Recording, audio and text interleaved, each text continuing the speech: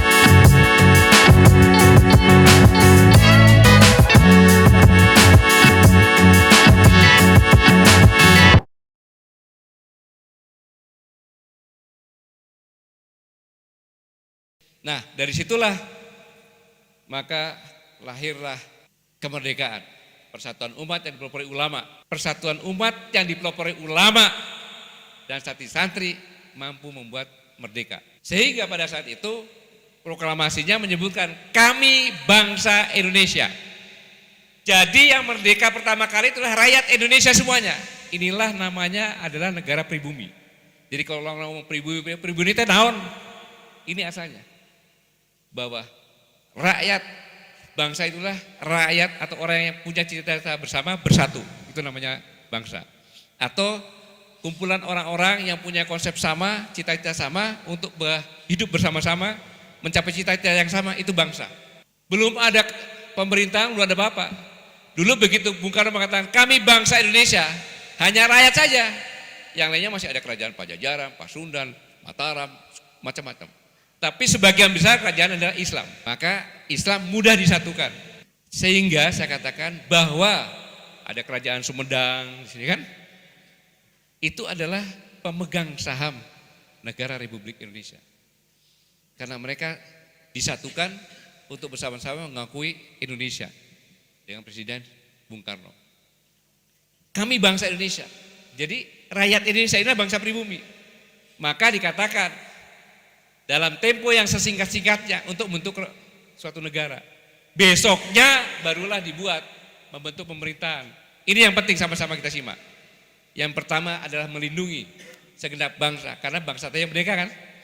Jadi tugas pemerintahan kalau dilihat berhasil atau tidak, tidak usah jauh Pak. Dia melindungi bangsa enggak sih? Satu orang saja meninggal tidak tahu sebabnya, itu harus diusut, apalagi kilometer 5, apalagi Kanjuruhan, apalagi yang lainnya. Tidak boleh, karena yang merdeka itu bangsa. Jangan yang sudah tidak ikut merdeka itu semua maunya aja memperlakukan bangsa Indonesia. Tidak boleh. Ya, ini bangsa, melindungi segenap bangsa, itu tugas pemerintah, karena amanat. Dan tumpah darah teh tempat kita hidup, bernaung, ada udaranya, ada daratannya, ada dalamnya, ada airnya, ada dalamnya, ada dasarnya. Ini memajukan kesejahteraan umum. Kalau ke umum tidak sejahtera, pemerintah nggak kerja. Gitu ya nilainya gampang. Orang ditangkap bilangnya ini saya berdasarkan perintah undang-undang kok, pembuka undang-undang loh ini, dan mencerdaskan kehidupan bangsa serta ikut melaksanakan ketertiban dunia. Inilah sebenarnya modal yang harus benar-benar sama-sama kita pahami. Saya yakin semuanya sudah paham, saya hanya mengingatkan saja. Dan Islam pun yang mempertahankan kemerdekaan. Saya katakan bahwa resolusi jihad, sebenarnya saya bicara cuma sampai sini aja. Resolusi jihad ini adalah proklamasi kemerdekaan Republik Indonesia yang kedua. Kenapa begitu?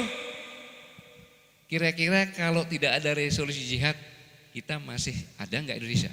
Ayo, diskusi sama saya. Siapa yang bilang ada? Nggak ada. Orang sekutu masuk, pemenang perang dunia kedua, lawan tentara encan sebulan. 5 Oktober itu lahir, ya kan? 10. Nah loh, bayi umur sebulan, senjatanya mau beruncing, terus senjata-senjata colongan, curian, rampokan, naik lawan sekutu. Resolusi jihad prosesnya tidak mungkin Kiai Hasyim Asy'ari cuma menyanakan, yuk resolusi tidak. Pemerintah sedang bingung, Bung Karno bingung, sing sieun, sekutu rek asup, tentarana baju tepara ruguh, kamana ieu? Panggillah Pak Dirman, menghadaplah Kiai Hasyim Asy'ari. Ini mau ada serangan, apa yang harus dilakukan? Bingung. Jadi kalau pemerintah sudah bingung, maka larinya ke ulama. Tapi kalau udah sejahtera, ulama di mana? Kita tahu. Biasa itu mah. Yang salah siapa? Ulamanya. Karena ulama nggak mau bersatu. Tadi kan dikatakan nama enak mah, pasea we. Namun rek aya sangsara bersatu. Nah, ini resolusi jihad. Terus ini menarik. Begitu resolusi jihad harusnya tanggal 9 November. Tetapi Kiai Hasyim Asy'ari mengatakan kita tunggu singa Jawa Barat. Saya tak? Kiai Abbas dari Buntet Cirebon. Kiai Abbas naik kereta di Cirebon, berhenti turun di Rembang. Rembang malamnya para ulama kumpul semuanya. Biasa, namun para ulama pemimpin pasea. Suruh sholat, imam, ya tuh tunjukkan. Iya kan? Lagi jadi bupati cepet-cepetan kan? Nah, akhirnya semuanya sepakat nunjuk Kiai Abbas sebagai mimpin. Maka berangkatlah Kiai Abbas ke Surabaya, di masjid, saya lupa namanya masjidnya, ada kolam. Dulu kan kalau wudhu kan di kolam. Saya doa yang akan berjihad, fisabilillah semuanya wudhu. Dari situlah maka serangan para santri bisa melibat sekutu yang merobek bendera merah putih biru santri. Jadi makna yang diambil apabila ulama bersatu dan para santri patuh kepada ulamanya, negara ini akan aman. Negara ini akan aman. Udah pasti. Itu kita bicarakan lebih lanjut. Maka Dostoyevsky mengatakan kalau tidak ada semangat Islam di Indonesia, sudah lama nasionalisme kebangsaan yang sebenarnya lenyap dari bumi ini. Jadi yang menegakkan kebangsaan lain saya, ya para ulama. Buktinya datang ke sini bicara masalah bangsaan kan. Semua datang ke sini kan masalah itu kan. Karena sadar bahwa bangsa kita tidak dalam keadaan baik, tapi sakit parah. Lalu bagaimana sih menuju Indonesia yang baratun tayyatun warabul ghafur?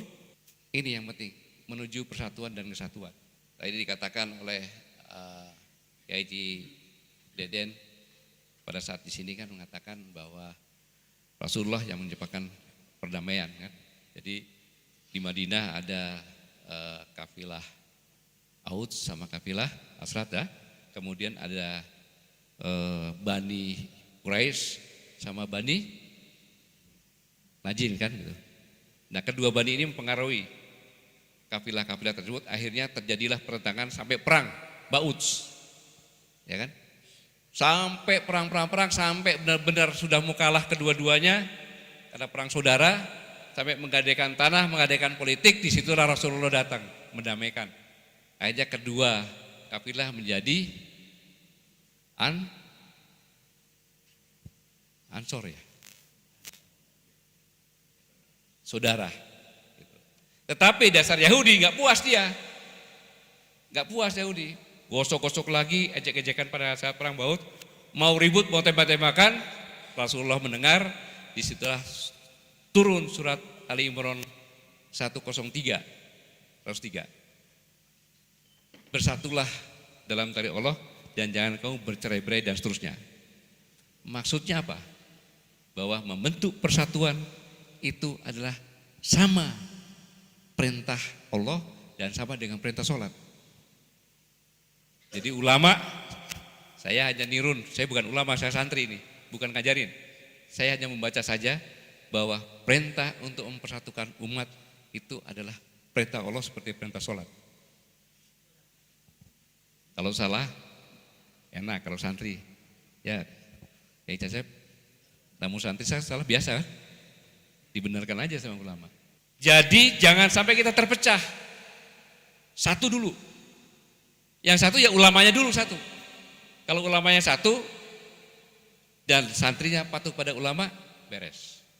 Nah sekarang bayangin aja, setiap hari kita mendengar orang menghina Allah Subhanahu wa taala, tapi ulamanya diam. Kalau saya keluar, saya dipanggil kadrun. Pak Edi Mulyadi, kadrun. Kadal, gurun. Dibalas lagi, eta cebong. Sama-sama jelek itu dua-duanya. Itu sebenarnya menghina Allah. Allah Subhanahu wa taala menciptakan manusia dengan penuh kesempurnaan, tapi manusia mengomongkan kadrun, cebong. Pecah jadi dua. Sebab pecahnya juga banyak lagi, tapi nggak usah lah. Kemudian kita harus membentuk negara yang baik dan berkarakter. Tadi 13.000 ya pesantren. Adalah modal Pak. 13.000 pesantren adalah modal. Jadi kalau orang yang landasi iman dan takwa, kemudian dia belajar umum, kemudian jadi profesional, pasti seharusnya. Karena warga negara yang baik berkarakter adalah modal utama bangsa. Kalau tidak, sama dengan warga budak. Selanjutnya, konstitusi yang benar. Kita sudah secara lahiriah, batiniah, yang membuat Undang Dasar 1945, itu pasti nuansa kebatinannya, saya tidak mau anak cucu kita menderita seperti saya, dijajah dan susah. Maka buat pagar yang ketat, yang bagus untuk jangan sampai terjajah lagi. Tetapi yang mengamandemen yang harusnya adendum Undang Dasar 45, apakah nuansa kebatinannya sama? Pasti tidak. Itulah rusaknya. Itu tadi benar nih, harus menata ulang. Yang keempat, kewaspadaan nasional. Kalau kita tidak waspada terhadap hal-hal yang kecil, maka kita berbahaya. Dan selanjutnya, budaya dan sistem penyelenggaraan negara yang berkualitas. Yang berkualitas itu kalau namanya legislatif itu tugasnya mengawasi kerja pemerintah, ya jangan dirangkul jadi satu dengan pemerintah. Siapa yang mengawasi? Ini kan enggak benar. KPK yang harusnya berdiri sendiri, tidak ada intervensi, dijadikan bagian daripada eksekutif. Kumaha tuh. Bagian mencetak uang dan sebagai Bank Indonesia adalah mandiri, independen, dijadikan eksekutif. Cetak uangnya semua maunya bisa kayak gitu. Ini kan bahaya. Nah inilah penyimpangan-penyimpangan ini harus diluruskan lagi. Lah terus tidak ada alternatif lain. Sudah saya katakan bahwa sejak penjajahan organisasi Islam yang berdiri, menginisiasi, mencerdikan, membuat organisasi, melakukan perlawanan dengan bertahap, sampai dengan bersenjata dan sampai merdeka dan mempertahankan Islam. Jadi kekuatan umat Islam lah yang memerdekakan Indonesia dan menjaga keutuhan bangsa dan negara. Maka tanpa konsolidasi kekuatan umat Islam, Indonesia akan terpecah-pecah. Saya ulangi, tanpa konsolidasi akan terpecah-pecah. Jadi kita jangan melihat kondisi sekarang ini hanya ini aja yang saya jelaskan tadi. Bahwa semua negara ingin menguasai Indonesia untuk menyelamatkan rakyatnya masing-masing. Saya ulangi, semua negara yang di luar ekuator ini pasti punya ingin. Ada yang caranya baik, ada yang tidak. Yang dikatakan kewaspadaan tadi, kalau kita ketemu diskusi dengan orang-orang luar lagi, pasti Tuan Presiden yang kami hormati, negara Anda baik, begini-gini. Padahal belakangnya rek nusuk kita. Itu yang bahaya. Jadi tanpa konsolidasi, maka di sini saya tegaskan lagi. Saya diundang oleh ulama-ulama yang hebat datang ke sini, dan saya katakan kalau di sini bicara tentang presiden dan wakil presiden, saya pasti tidak datang. Saya pasti tidak datang. Saya dikatakan Pak nanti wakilnya Pak Anies. Saya bilang saya belum bicara masalah itu. Saya hanya ingin karena ulama di sini punya inisiatif Kongres Umat Islam Jawa Barat, silaturahmi menggalang persatuan dan kesatuan umat Islam, dan itu adalah perintah Allah. Dan saya memprovokasi karena perjuangan menyelamatkan perubahan Indonesia harus mengikutsertakan seluruh komponen rakyat dan bangsa, suku yang selalu melawan suku sini. Selalu melawan, walaupun lawannya diam-diam. Dan kalau tidak suka, tentaranya pun dulu hijrah kan ke Jawa kan? Hijrah. Kalau tidak suka, hijrah. Itulah Jawa Barat. Selalu melawan dengan prinsipnya sendiri dan punya prinsip, punya naluri sendiri. Dan ini suatu penjabaran naluri. Yang saya bilang penjabaran naluri yang dikatakan tadi, apalagi Haji Cecep tadi menyampaikan, itu kan seperti zamannya 2 generasi setelah Rasulullah ya, begitu Rasulullah tidak ada, sahabat yang jadi pemerintahan, habis sahabatnya nggak ada, jadi pemerintahan, akhirnya semua sahabat Rasulullah mencari orang untuk menjabat di pemerintahan, semuanya kabur, nggak ada yang berani. Kenapa? Takut di pemerintahan, takut masuk neraka. Akhirnya yang muda-muda ada apa sih itu? Dicari itu ulama. Akhirnya sekolah agama. Tujuannya apa? Untuk kerja di pemerintahan. Jadi kalau ada ulama yang kerja di pemerintahan, ya jangan, memang tujuannya dia belajar agama untuk itu, meren. Jadi perlu menyamakan persepsi tentang ancaman, solusi oleh semua komponen masyarakat. Dan motornya adalah Islam. Itulah mengapa saya memprovokasi, karena sebenarnya ini ada sebuah cerita. Di daerah Afrika sana yang paling tradisional diadakan penelitian. Sekarang sok saya tanya, kalau saya taruh uang di sini, suruh balapan, pasti balapan kan? Kalau di sana dikasih buah-buahan, dikasih permen, ini sama penelitinya, taruh anak-anak 25 meter, anak kecil, gitu-gitu. Balapan, siapa yang menang boleh ngambil buah, boleh ngambil permen. Ya hitung. Hitungan 3 ya, 1, 2, 3. Nggak berlari, gandengan mana enak? Jalan. Terus ditanya mengapa? Itu adalah umbutu. Aku adalah kita. Kenapa? Tidak mungkin saya makan sendiri, teman-teman saya tidak makan. Belajar dari suku yang sangat tradisional, sangat terbelakang zaman sekarang. Dan I'm because you are. Jadi satu untuk kita semuanya. Nggak mungkin saya nggak seperti itu. Belajar. Sebenarnya di tempat kita sudah ada dari dulu. Gotong royong. Sudah ada kan? Terus dirusak. Dulu zamannya di kampung saya, kalau ada anak yang udah umur 18 mau nikah, tinggal pasang kentongan diumumkan. Anak saya sudah mau nikah, perlu rumah. Tuan rumah nggak siap nyiapin apa-apa. Ada yang bawa kelapa, ada yang sayur, ada yang bawa sama, ada yang bawa kayu, aja rumahnya jadi. Nah, saya hanya mengingatkan, waduh Pak sulit, ini begini, NU ada garis lurus, ada garis tegak, ada NU akar, segala macam. Jadi bukan kesulitan yang membuat kita takut, tetapi ketakutan yang membuat kita sulit. Dan yang paling penting ini, jangan katakan kepada Allah, aku punya masalah besar. Tapi katakan kepada Allah bahwa aku mempunyai Allah yang maha besar. Jangan takut Pak, pasti bisa. Pak 10 tahun? Enggak, harus segera mungkin kalau kita ingin selamat. Harus segera mungkin. Kalau tidak Pak, saya yakin, aku yakin kalau kita diam saja. Pada tahun 2030, kalau kita diam semuanya, kita pasrah semuanya, kita acuh semuanya, mau sendiri-sendiri, kita akan menjadi negara yang berdasarkan komunis. Anda bisa saja jadi ulama-ulama besar, Pak Recep. Tapi begitu dengan alasan nantinya ya, begitu negara komunis, bela negara, masuk camp di konsentrasi, balik-balik, jangan sholatnya naon ke? Saya sholat kan, Tuhan tak aya, mati kita. Begitu di padang mahsyar ditanya, anakmu gimana kamu mendidik anakmu? Nah, sok sekarang bisa jadi ulama, tapi kalau gitu kumaha? Jadi untuk menyelamatkan anak cucu kita tidak ada alternatif lain. Bangkit atau punah. Bangkit atau punah. Kalau mau diam ya punah, harus bangkit. Dan saya mengharapkan apa yang nanti malam dibicarakan di sini itu bisa disebarluaskan ke semuanya, dan semoga di tempat-tempat lain akan terjadi yang sama, kongres-kongres seperti ini, dan kita bersatu. Nah, bersatunya seperti apa? Tadi bicara masalah politik. Saya punya mimpi. Nanti kalau Kang Asep ditanya, Kang Asep beri naon? Tengertos, presiden naon tengertos. Udah taruhkan ulama di Garut. Di Garut ayat 5 atau genep ulama. Ulama Garut datang ini, saya partai B yang besar kan. Pak Yai, tolong dong masyarakat Garut milihnya milih ke partai saya, milih presiden saya. Ente ngerti saya. Kunaon? Jawa Barat. Di Jawa Barat aya kumpulan ulama deui. Taroskeun di Pak, ente di Jakarta. Ulama di, tapi ulama teu kayak amplop-amplopan, ulama nu kos beneran. Pak Gatot mau partai saya ulama 5 orang ini masuk ke Pak Gatot boleh. Sekarang saya uji. Ujinya gimana? coba umumkan calon presiden partainya Pak Gatot adalah Habib Rizik atau wakilnya Habib Rizik. Saya umumkan, oh berarti bagus. Sekarang ya Pak Gatot sekarang di DPR berapa kursi? Saya bilang saya ada 15%. Baik Pak Gatot. Sekarang kalau seluruh umat Islam masuk ke Pak Gatot, dapat 15% silakan pakai partainya Pak Gatot semuanya kalau DPR-nya. Tetapi kalau lebih, seandainya sampai 50, Pak Gatot cukup 15% ya. Yang 35% adalah anggota DPR yang saya tentukan, ulama-ulama menentukan.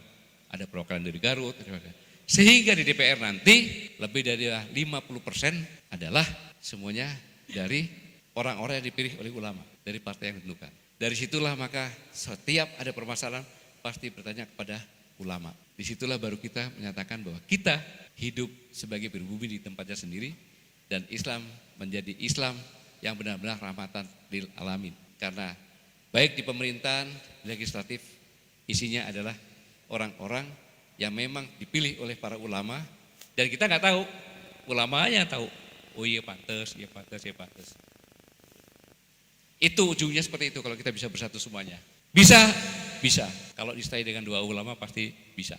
Karena ulama itu kedudukannya setara, disetarakan oleh Allah dengan malaikat. Kan gitu. Artinya ulama itu pewaris Rasulullah. Karena kita bisa sini karena ada ulama. Saya datang ke sini, kenapa? Karena saya menganggap ulama itu adalah bengkel. Marah-marah, masa ulama dibilang bengkel? Tapi menurut saya ulama adalah bengkel jiwa. Kalau saya ingin lagi sakit jiwa, istilahnya boring, datang ke ulama bisa tenang. Mau lutan pada datang kan siapa yang undang? Enggak ada kan? Yang undang Allah sama Rasulullah yang undang datang. Tapi begitu ke sini pulang ada kedamaian. Itulah saya anggap ulama adalah bengkel bagi saya, bengkel jiwa. Saya pikir saya enggak lama-lama saya bilang kalau kongres, kalau ulama itu suruh tidak tidur sampai pagi ringan itu. Tapi jangan sampai pagi siang, nah itu berat. Selamat berjuang para ulama dan umat, kebanggaan lu. Saya titip bangsa dan negara kepada kamu semuanya. Karena saya udah nggak punya alternatif lain. Jadi saya di sini memprovokasi hanya untuk titip negara dan bangsa Indonesia kepada para ulama. Terima kasih. Wassalamualaikum warahmatullahi wabarakatuh.